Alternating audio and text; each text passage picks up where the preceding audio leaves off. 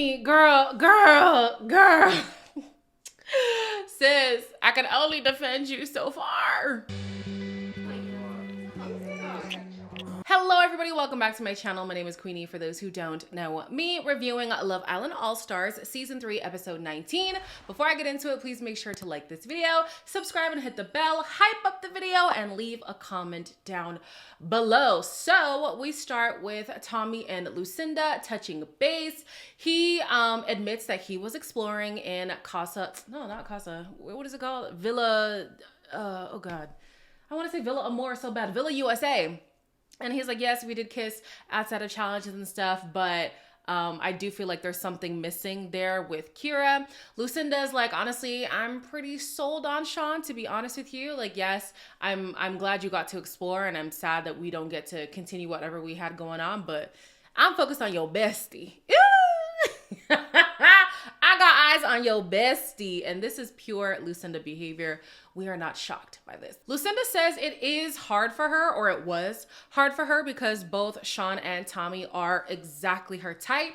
Leave it to a snaky girl to be attracted to men with no backbone, though. Moving on, Kieran and Sammy touch base, and he's open with her. He's like, yeah, I did say that I was open, but honestly, most of the time my mind was on you. She's obviously happy to hear that. They kiss, happy days. Then we have Connor and Whitney, who finally chat, and I'm like, Whitney, baby, I'm gonna need you to be honest. Obviously, the comment that you made, I just wanted to know where your head was at with things. That was nothing against us. I'm just like confused. No, what made me confused was that comment. I feel like with you, I'm a slow burner. I understand that your connection must be quite good. He read me straight away. Everything's confusing. Right, okay. Whitney, you don't like him. You do not like him. End of story. You're not confused. You're not trying to figure out you do not like him.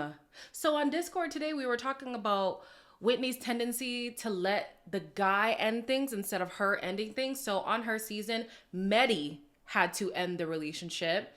Zach had to end whatever connection they had going on. When she ended up with Lock-In outside of the show, he was the one who called it quits on the relationship. And now again, it's like she's waiting for Connor to be the one to end things. Even with Jack had to end. I'm just like, babes, what's going on? I don't know what it is with Whitney and not being able to call something quits when she knows it's not working. Like, let's figure that out, because now, in as much as I do believe that they are both dragging this connection, I think that now you're putting yourself in a situation where you are doing unkind things to this man, and he doesn't deserve that.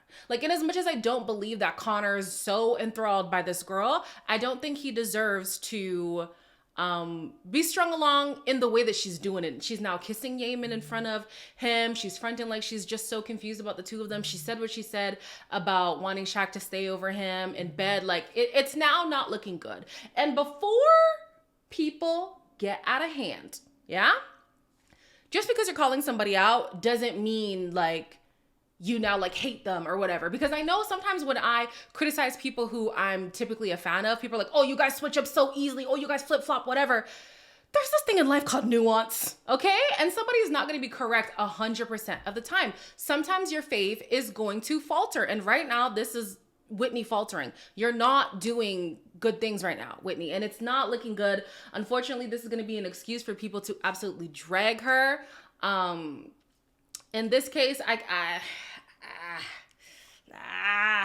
if she gets dragged, sorry, I can see why. Curtis has a conversation with Millie, and yeah, he's aware that things are pretty much over now between him and Millie. You can see his face cracking when she's talking about her time at Villa USA. Did you have a nice time there? Was it good? It was, and I feel like I had an instant connection with them. Yeah. I'm joking. Come here. Well, I'm happy that you're happy.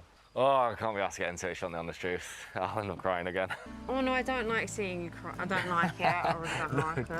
Don't. It's just a kick in the teeth. Curtis is in there. Go down. Okay. I do not want to hear Curtis talk about Millie anymore. I don't want to see this man moping over this girl anymore. She has made it so clear, incredibly clear, that it is over, That honestly, he should have understood this from before, but because this man wanted to shift responsibility on her for why the connection wasn't proceeding instead of just accepting the reality for what it was. This is why we are here. He was like, no, I think it's because you're hung up on your ex. So maybe if I could convince you that I'm better than your ex, or that, you know, I'm worth investing in, then maybe. No, the lady was not feeling you. Stop trying to rationalize it. Stop trying to manipulate your way back into her heart. It's not there. End of story. Then this man is going to start crying, and I'm like, oh my gosh, like, he is so infatuated with this girl. And I'm thinking to myself, if this is how attached to Millie he is after a few days of being coupled up and a few days of her not being around, thank God she never threw the cat at him, because how would he act then? This man would be singing in the rain with a boombox over his head trying to beg for her back. Like, no, Curtis, please, let it go. Because Millie has such a good connection with Zach, she doesn't want to rub that in Curtis's face. So she's like, you know what? Let's just not sleep in the room with everybody. Let's go to the hideaway. And I'm like, thank God, because the hideaway was just out here collecting dust. Finally, somebody is taking up the opportunity to be in there. She has a conversation with Zach. He's down for it. So yeah, y'all go have fun in the hideaway. Tommy and Helena talk about Sean and Lucinda, and they both are like, now this is some bullshit. Do you think she actually really likes Sean? I think she's fucking with it. Like, Yeah. I don't buy it. He's just going to end up getting hurt out of all of this. It's a little bit of a kick in the teeth, to be honest with you. The fact that Tommy is able to see through the BS is very telling. Because when it comes to his friends, Tommy is a bootlicker. He is. And so if your own bestie, you know, they love to throw that word around in Love Island. If your own bestie is like, now, what is this? Because my friend is being shysty, and also this girl is playing in his face. If your best friend, who's known to be a bootlicker, can see through the mess, oh, you are really in some foolishness. You are truly in some foolishness, Sean. So then we have Lucinda, who's trying to go and talk to Bella, and Bella's like, go away. I see through it. And she's like, see through what? What are you talking about? Lucinda! Please, shut up. Oh my gosh. Like, we see through the facade. We see through the game. Girl, you're not slick. So Bella's like, do not talk to me. I see through it. And honestly, the only person who's fallen for the okie doke, well, it was Tommy, but he now has seen the light. The only person right now is Sean. Go talk to Sean. Helena takes Carrington to the hideaway. Not the hideaway, sorry, the secret garden. And I'm so confused. So basically he's like, yeah, the connection with Belle was stagnant regardless of the whole Sean situation. So I do think that things weren't going to progress much further anyway. So fine. Now regarding their connection, they're acting like there was this chemistry that was brewing under the surface the whole time. And even when Carrington came back, he did say to Helena he felt so bad that he had to see her go, essentially. And yeah, they want to explore something now. And I'm like, what are you exploring? These two are just horn dogs. Like, that's the only thing that I can see. Carrington is in heat. Yeah. Helena, maybe she's ovulating or something. I don't know, child. But yeah, this connection doesn't make sense. And then Carrington, he is such a beg. Oh my goodness, all those looks, he's such a cutie, but so desperate for validation. And it's so weird. After they kissed, after barely having a conversation, mind you, he's like, please tell me it's more than a 9. Are you okay? Are you okay? I now see why Helena was upset because she got sent away by Villa USA.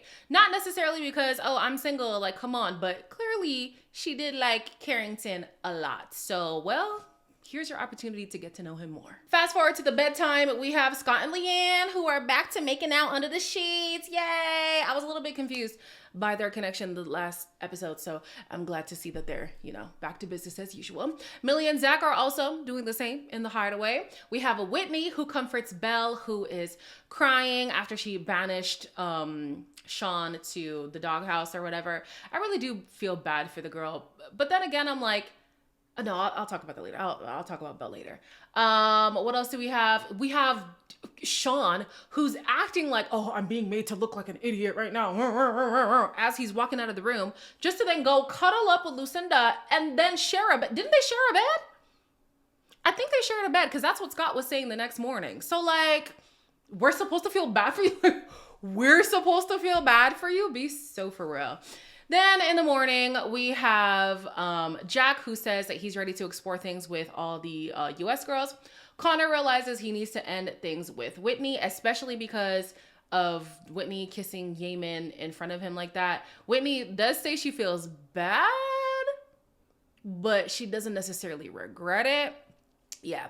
Then we have Millie, who says that Zach is the best kisser she has ever kissed. My girl is down bad. Woo! Millie, baby girl, you take a step back. Breathe, mama, breathe. All right. Then we have Kira, who is still waiting on Tommy to pursue her. He does not intend on doing that. Let's be so for real. Belle is annoyed that Carrington switched up on her so quickly, which is valid. However, Sean was on your mind. Sean was the one who you really wanted to be with. So like, I get that you're upset with Carrington, but you weren't giving him enough for him to think that you had something strong. So yeah, it's Love Island. He is going to explore in the same way that she separated from Shaq to go explore things with Sean on the terrace. Carrington's allowed to do the same, sister. I'm so sorry. Yaman. Oh. Thank God I wrote this down because I was gonna forget. Belle says Sean is a weak man. She's going off on how he just isn't that guy that's for her, that guy of integrity, that strong man, that honest, transparent, vulnerable man. Is this not what Yaman just said? Just said. And everybody was trying to make it seem like Yaman is coming for Sean simply because he cried. That was not the case.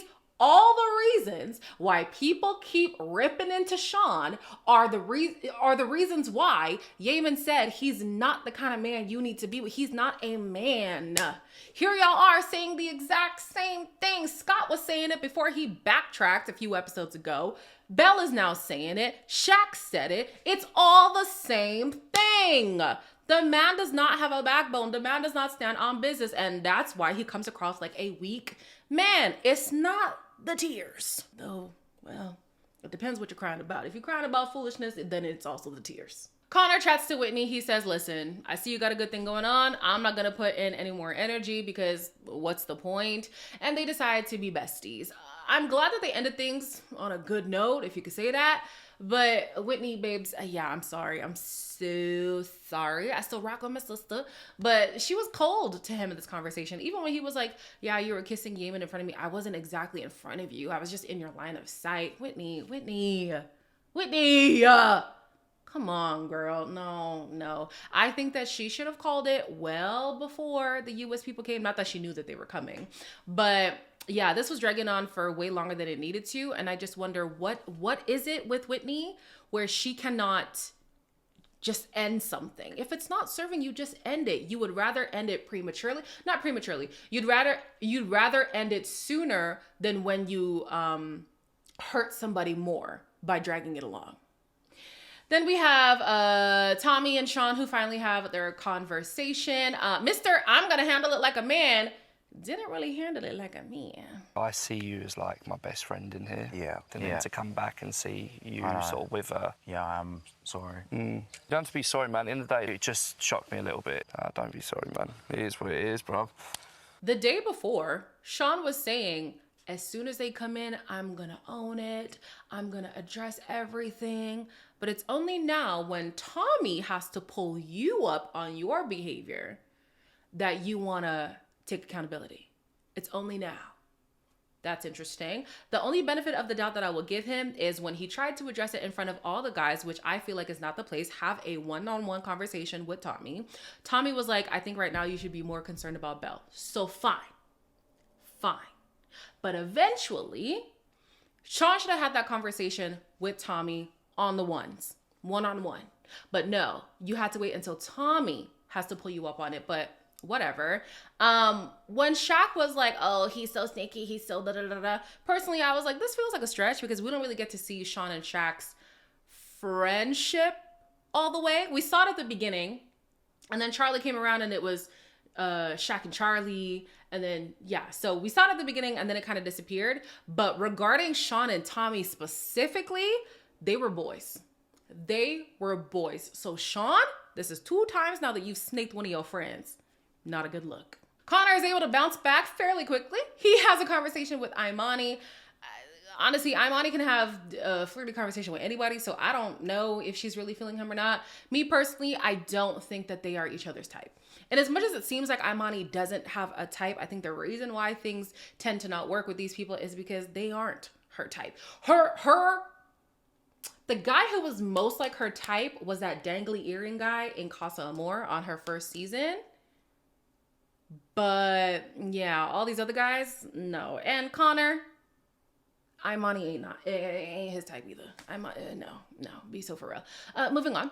Then we have Kira and Curtis who have a conversation. They're talking about like marriage life and what they want their kids to do. And look, whatever. One thing we know about these two, they dive in head first. So I don't even know if this is real or not. This is just something that they do. So yeah, this could be something deep. It could be nothing at all. Jack steals Kira during this conversation and he's like, yeah, I'm just letting you know that I want to get to know you more. And in this conversation, did we learn anything more? We did not. So Jack, what's your purpose here? Look, I don't understand why we're wasting time with Jack on the scene because he gives us nothing.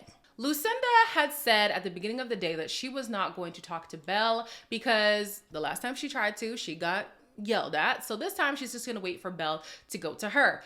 As the day is progressing, she's realizing, oh, so Belle is not going to talk to me. I'm going to have to be the one to go and talk to Belle. She tries to. Belle shuts it down.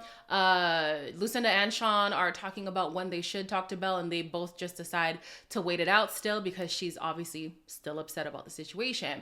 Carrington is also thinking, I have to go and talk to Belle. When he proposes a conversation, she does reluctantly accept. And in this conversation, Belle is expressing her frustration with Carrington, and I'm just like, Belle, I don't know about this one. It would have progressed, however. Well, what with my behavior like? Walking in 3 minutes and kissing someone else, so. Doesn't mean I don't think you're still the it girl. You are. Like, everything I think said the is main bullshit. thing that I liked about you was how you beeline, and as soon as we've got back here, that's changed. So I apologize for that. So I appreciate it. Belle says that things could have progressed naturally. She just doesn't like the fact that he switched up on her so quickly, but she was the one holding back the progression, if we're so honest. Like, whether or not Shauna was top of mind, she had so many issues with Carrington that stopped her from getting deeper into it. Because you're telling me a guy is saying, oh, I'm so obsessed with you, you know, I want to pursue things, whatever. Whether you trust him or not, if he's saying those things, the response would be, okay, well, let me give it a little bit more. If he's giving me this energy, let me give him the energy. And she wasn't giving him the energy. Now in this conversation, she's like, well, this is the reason why I don't trust people, because, you know, you put your heart out there and somebody shuts you down. And it's funny because when people say that, when people are like, oh, this is why I don't do this, what they don't realize is oftentimes you have a wall up and you refuse, not me sounding like Glorilla. You are refusing to bring the wall down. The person who you're interacting with decides, you know what, I actually don't want to deal with this anymore. Sometimes they do it respectfully, sometimes they don't. But the fact of the matter is that they don't want to deal with talking to a wall anymore. And then you say, see, this is what always happens to me.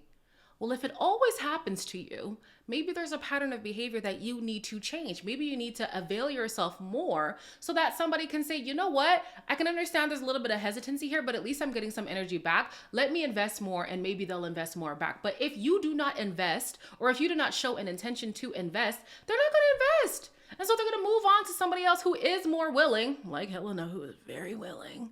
You cannot then be upset about that. And then to make matters worse, yeah?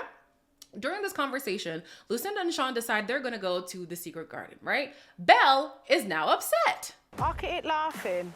Yeah, I know. They actually make me feel sick. Fucking laughing in front of my fucking face. Oh, God. I don't want the bubble to end. Me neither. Why, babe? Have you not just seen them two? And then for us to sit there and laugh. They should be fucking ashamed of themselves. She doesn't even care about Sean. That's who she is, and that's fine. So Belle, here you are trying to prove to Carrington that you're frustrated at the fact that he switched up on you so quickly, but you are still very upset about Sean. Sean was top of mind for you. Sean was taking up most of the mental real estate, and that's okay. I think it's okay to admit that. Like I said in the previous video, if she had something stronger with Carrington, I don't think the Sean thing would have hurt as much. But because things were stagnant there, she is taking a lot of stock in the Sean situation, and now she's taking it out a little bit on Carrington, but it's not on him. You didn't have anything strong enough to be upset at him right now. You could be annoyed. You could be annoyed, but you can't be upset. I'm sorry. You can't be upset. So in the next episode, it looks like Belle is going to take her revenge on Lucinda in one of the games. We'll see how that lands. I hope it is solely revenge, though I'm not here for revenge, but I mean, it's towards Lucinda and it's harmless anyways. Although I'm not here for it, I hope that it is just revenge. Because girl, if you want Sean back, whatever pie ends up on your face is your problem. We don't want to hear about it. As always, like, comment, share, and subscribe, and I'll see you in the next one.